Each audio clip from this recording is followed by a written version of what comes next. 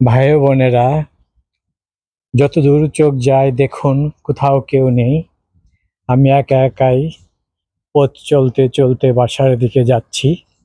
বাস থেকে নেমে এভাবে 10-15 মিনিট হাঁটতে হয়। এখন গ্রীষ্মকাল প্রায় শেষ হয়ে যাচ্ছে, আসছে শরৎকাল। এখনই কিন্তু একটু একটু শীত পড়া শুরু করেছে। আজকে কিন্তু 20 ডিগ্রি সেলসিয়াস। তো এই যে বাসায় হেঁটে হেঁটে যাওয়া, এটা আর সম্ভব হবে না। শীত আসলে প্রায় 4-5 মাস 6 মাসের মতো বাইরে ভিডিও করা খুব কঠিন হয়ে যাবে।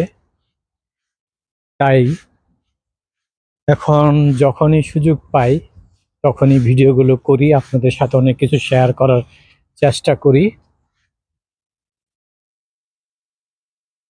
এখন হাঁটতে ভালো লাগে, মৃদুমন্দ বাতাস, যদিও কয়েকদিন ধরে একটু শীত শীত ভাব। শীত কিন্তু খুব ঝুপ করে এখানে পড়ে,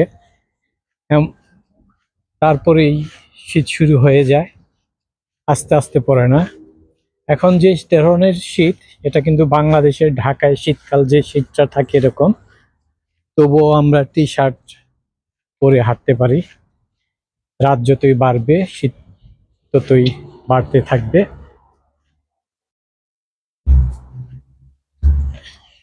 এখানে আমি হাঁটছি একা।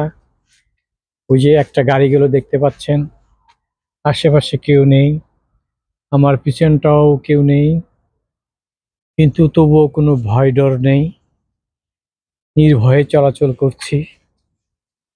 এটাই হলো কানাডা। যদিও বিশ্বের অন্যান্য দেশের মতো কানাডাতে অপরাধের সংখ্যা বেড়ে গেছে। আমি আগে যে পার্ক এক্স এলাকায় থাকতাম, সেখানকার ছিল পাকিস্তানি, ইন্ডিয়ান, বাংলাদেশি এবং গ্রিক অধ্যুষিত, বিশেষ করে ইন্ডিয়ানরা এখন নাকি অনেক অপরাধ করছে।